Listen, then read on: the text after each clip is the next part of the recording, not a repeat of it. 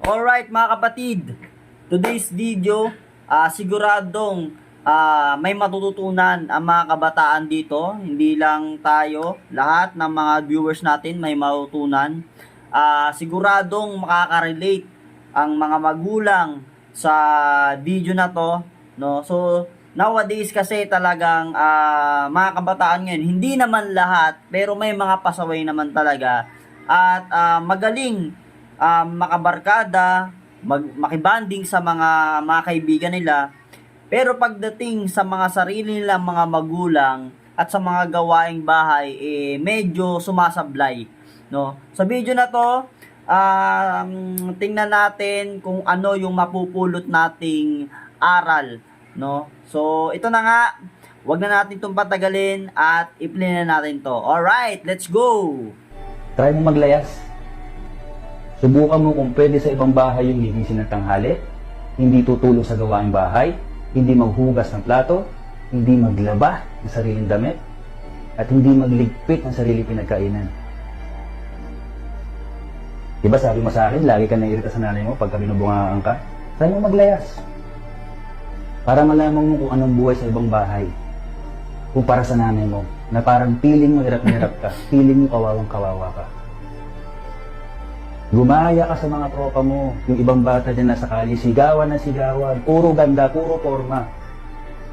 Pero walang laman ng utak. Ganyan kayong mga ibang kabataan ngayon, di ba?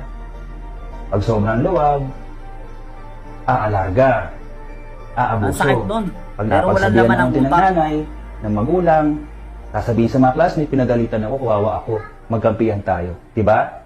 Sa nangyari nga sa nanay mo, sobrang kapal na lang ng mukha mo pag hindi ka pa magtino, Amanda. Uulitin ko, kung ano man mangyari sa kapatid ko, nang dahil sa kapababayaan mo, magdasal ka na ako sa kapupulutin. Kung maglalayas ka mamaya o bukas, bilisan mo.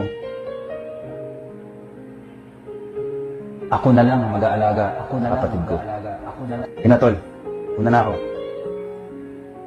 Abusadong bata.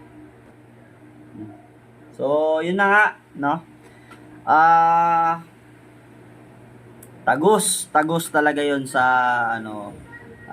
well, guilty tayo dyan, guilty din ako dyan, kasi naging pasaway din ako nung mga kabataan ko, no? Pero ngayon, hindi na, medyo matured na tayo ngayon.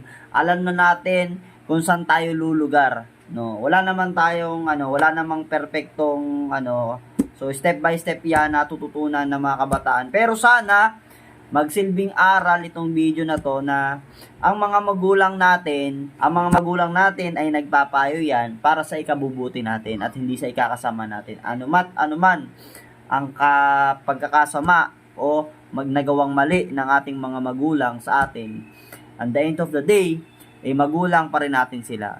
So, thank you very much sa panonood.